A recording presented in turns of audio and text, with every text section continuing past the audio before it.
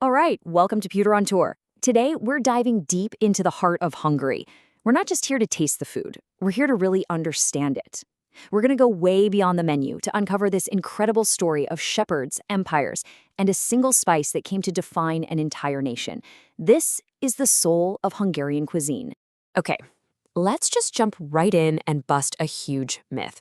When you picture goulash, this is probably what you see, right? A thick, rich, super hearty stew.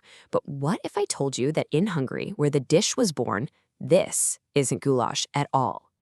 And that right there brings us to the first, and maybe the most important secret of the Hungarian kitchen, the great goulash misconception. Seriously, understanding this one difference is the key that unlocks everything else. And this right here shows you exactly what I mean. On the left, that's authentic Hungarian goulash. And look, it's a soup. It has a rich but definitely broth-based texture. Now, on the right, that's purkled. That's the thick, deeply concentrated stew that most of us think of as goulash. So just remember this. If you want the stew, you have to ask for purkled. To really get goulash, you have to go back in time. I'm talking way back, to the 9th century with the Magyar shepherds out on the Great Hungarian Plain. The word goulash itself actually means cowherd. You see, their nomadic life demanded a simple, nourishing meal they could cook in a single pot over an open fire. And that pot was the bogrács, and the soup they made inside it was their lifeblood. So you see, this isn't just about a recipe difference. It's a difference in philosophy. Goulash, the soup, is all about history and sustenance. It's a direct line back to those shepherds on the plain.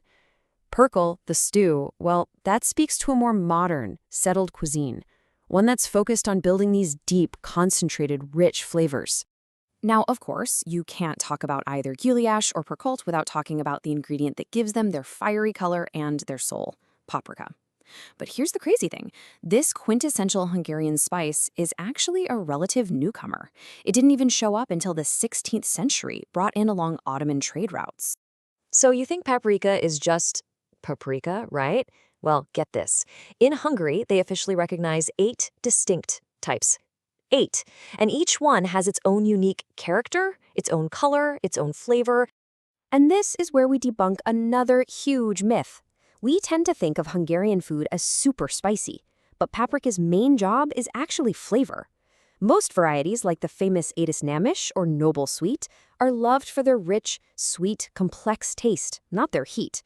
The real fire, that comes from specific types like édos, which just means hot, and trust me, it's used a lot more sparingly. And if you want the absolute best stuff, the world-renowned paprika, it comes from 2 key regions in Hungary that are basically synonymous with quality, Szeged and Kalosha. To really get a handle on Hungarian cuisine, you have to imagine it as a tale of 2 tables. On one side, you've got the food of the village, robust, soulful, deeply comforting. And on the other side, you have the refined elegance of the city, something born from the grand café culture of the Austro-Hungarian Empire.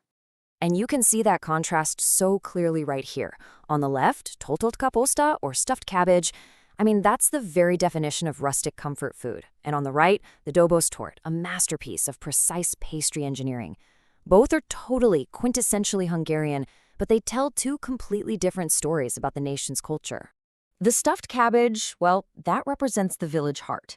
It's this humble dish of pork and rice all wrapped up in cabbage leaves and then slow braised in tangy sauerkraut until it becomes something else entirely. Just deeply, deeply satisfying. It's soul-warming food, plain and simple. And then you have the Empire's elegance. Created back in 1885 by a chef named Joseph Dobos, this cake is an absolute icon. It's got 6 impossibly thin layers of sponge, a rich chocolate buttercream, and then its famous signature, a crisp, hard caramel top that literally cracks like glass. Okay, you can't have a meal like that without a proper toast, right?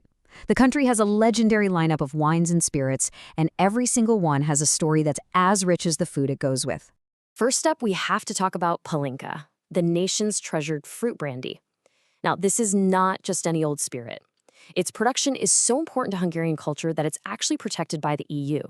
Real palinka can only be distilled in Hungary from fruit grown in Hungary, with the classics being plum or silva and apricot. But now listen up, because this is a critical piece of insider knowledge.